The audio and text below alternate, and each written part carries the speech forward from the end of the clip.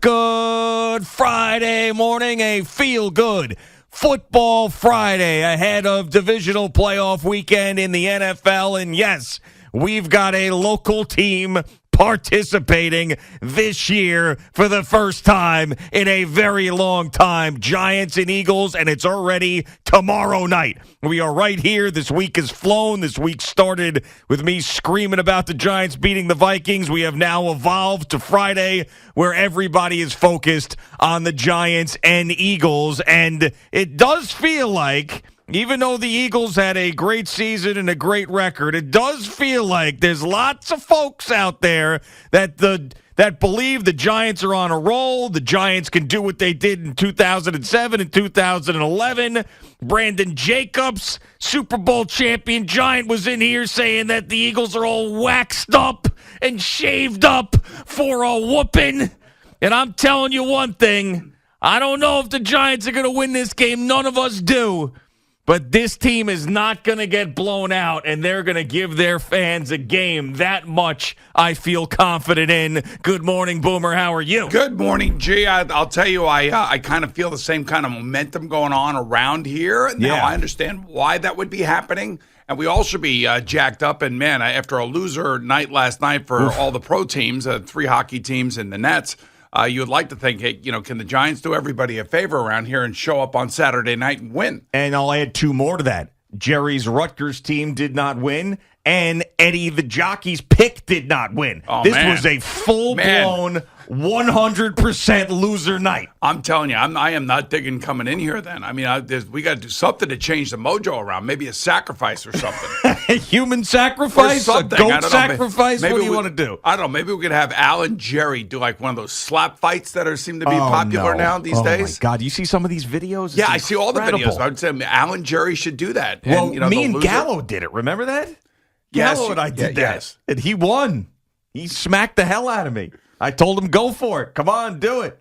And he did slap me, so good for him. But, yeah, I mean, something has to happen. But, all those games that we just talked about, I know it's annoying to lose regular season games and whatever, and annoying to lose a bet. But, this is the game. This is the only one that matters around here right now with the Eagles. And I do believe, I mentioned this yesterday, that it's funny when a good team takes that week off, and you get so immersed in wild card weekend and that team is sitting on a bye, sometimes you forget about how good they are. Now, the fact that the Philadelphia Eagles did struggle down the stretch, they did have the injury to Jalen Hurts, and Gardner Minshew was in there. They had multiple times to clinch that 1 seed, and they could not do it until the final week of the season. So that's sort of in people's heads as well. And what also is in people's heads is Daniel Jones played the best game he's ever played in his life, and the New York Giants went up to Minnesota and beat them convincingly. So I think that's where the momentum is coming from here. I think we'd feel a little bit differently about the Giants if they ended up in San Francisco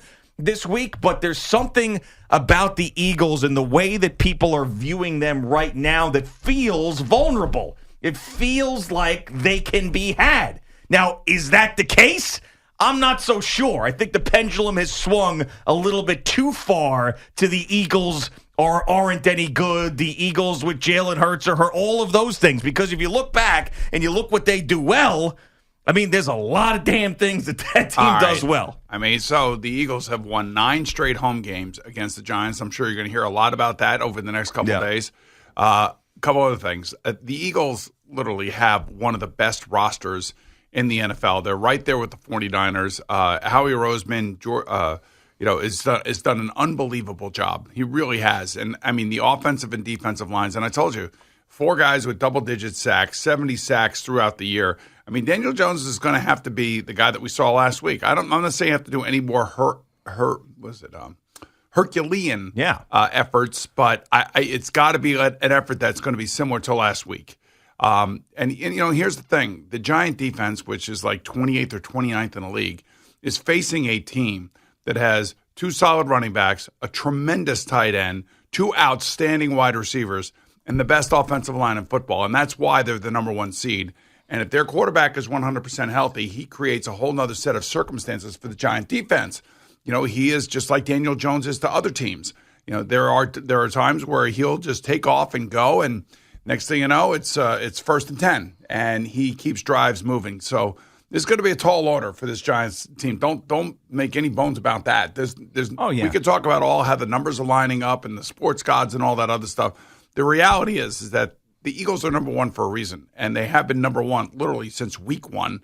And they had a little bit of a stumble there towards the end simply because Jalen Hurts got hurt. But he is very difficult to stop, and everybody's just got to pump the brakes. It's not going to be an easy game by any stretch of the imagination. No. I don't think anybody thinks it's going to be an easy game. I just think it's just one of those things where as the week has gone on, it's sort of like more belief. But the reason why that is that, the last time we saw the Eagles, they were struggling a bit in the second half against the Giants' backups. And the last time we saw the Giants, a rested Giants team, they just won a playoff game and looked better offensively than they ever have. Remember how that game went was week? When were they here? Week 14 or something? They killed them. The Eagles killed the Giants. Yeah, they absolutely. You could see it on display. It was you felt like the game was over. Within the first 10 minutes, you just knew that they were a much better team. And the Giants aren't who they are today. They've kind of straightened some things out, and certainly they're healthier on defense than they were in that game, which is, in the secondary, which obviously is going to be very, very important in order to win. I think, when I think about what it's going to take for the Giants, they certainly can't turn the ball over. They're going to have to get at least a +2 or a +3 in this game.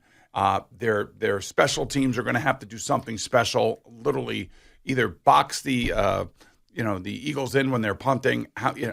You're going to have to convert on third down in this game, which is going to be really hard against this Eagle defense. And I hate to paint a pessimistic viewpoint. I'm not trying to be pessimistic. I'm just trying to be honest about what you're going to see when you watch these games. They're a 7.5-point underdog for a reason. I don't think you're being pessimistic about it. I think you're being realistic about it. The Giants aren't expected to win this game. I just think that the belief is that they can, as opposed to, how many Jaguar fans out there really believe they can beat the Chiefs? You know what I'm saying? It's that type of belief that it can happen. Not that it will happen, but that it can happen. It felt like last week going into the Minnesota game, it was like this will happen for the Giants because of all the reasons we talked about last week. This is now more of, it can happen, and especially with some of the upsets we've seen this year and the craziness. The Giants are playing their best football at the right time, and I don't know if the pressure thing plays into this or not, where the Eagles have to win this game, and the Giants, you'll hear it fast and loose and everything else, and the pressure's not on them, and no one expected them to be here and all of those things. I don't think it really plays into it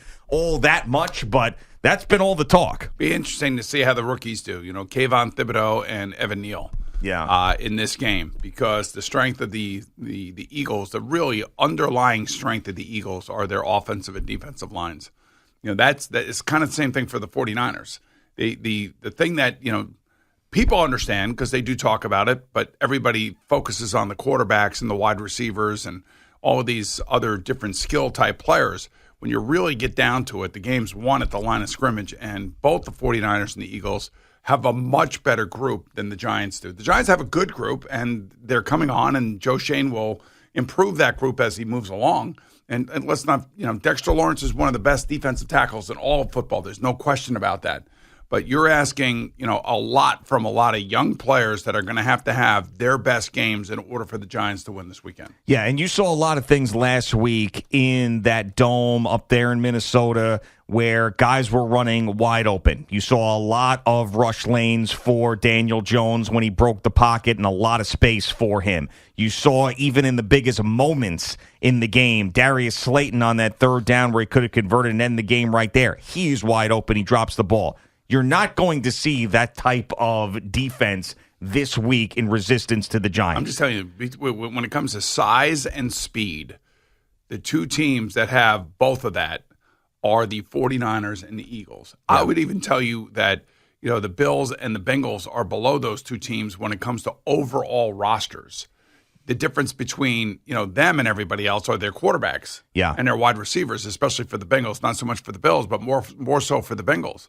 But this is a really, good team. And you watch you go back and you look at some of the tape from some of the earlier games. I mean, they have manhandled teams. I mean, they have just absolutely steamrolled people. Yeah, I mean, that was more earlier in the year, and they have a very large point differential, which is something everybody likes to look at with some of these matchups. But yeah, Daniel Jones is not going to get the same opportunities running the football this week. He's not, and he may have some success with some design runs because Daboll and Kafka are very, very crafty with that, and they can figure schemes out and give Daniel Jones an opportunity. But those broken plays where he is out there and running, you're going to see the Eagles do a hell of a lot better job in containing him. And I think that if the Giants do win this game, Daniel Jones is going to have a repeat performance of what he did in Minnesota. Yeah, no turnovers, man. You can't, he is just he'll be under pressure this whole game. I mean, and he knows it going in.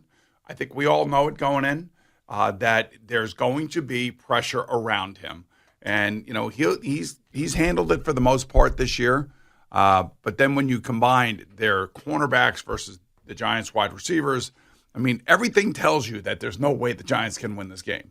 But there's one thing that the Giants have going for them is that they don't know this. They don't believe that. They believe that they can win, and they believe that they can win by virtue of the fact that they went into Minnesota.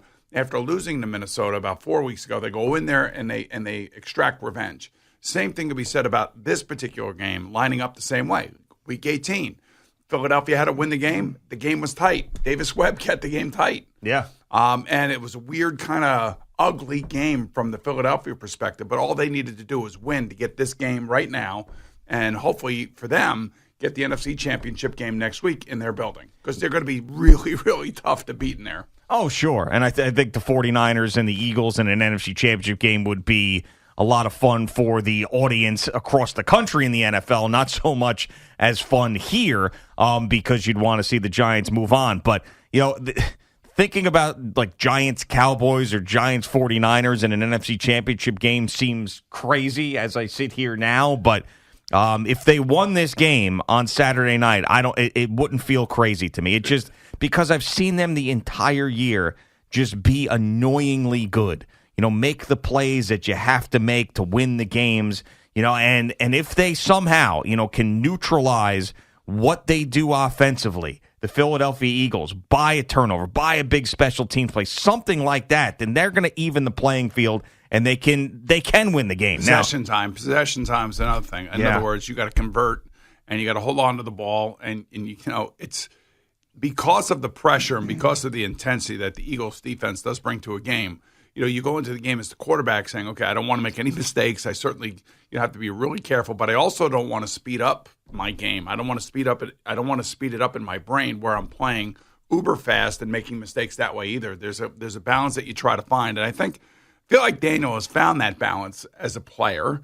But I just think he's going to have to be spot on. That's all there is to it, and he knows it, and we all know it, and it will be interesting to see how he handles this pressure that's going to be intense from this Eagle defense. Yeah, and these guys like Isaiah Hodgins, and obviously Slayton's been around, but Isaiah Hodgins, Daniel Bellinger, Richie James, like these guys who have stepped up the entire year that are totally unexpected, you get another chance to shine. And I think there's a lot of people that think that, the clock is going to strike midnight, they're going to turn into a pumpkin, this can't continue, but I mean, I think it can. I mean, I don't believe that Isaiah Hodgins is a fluke, and he is now a big play guy for them. He is someone that's got to get 75 yards receiving in a game like this to keep up with what the Philadelphia Eagles do on offense. And that's certainly a tall task, and it's a very tall task against the corners that the Philadelphia Eagles have, but they're going to need that from them.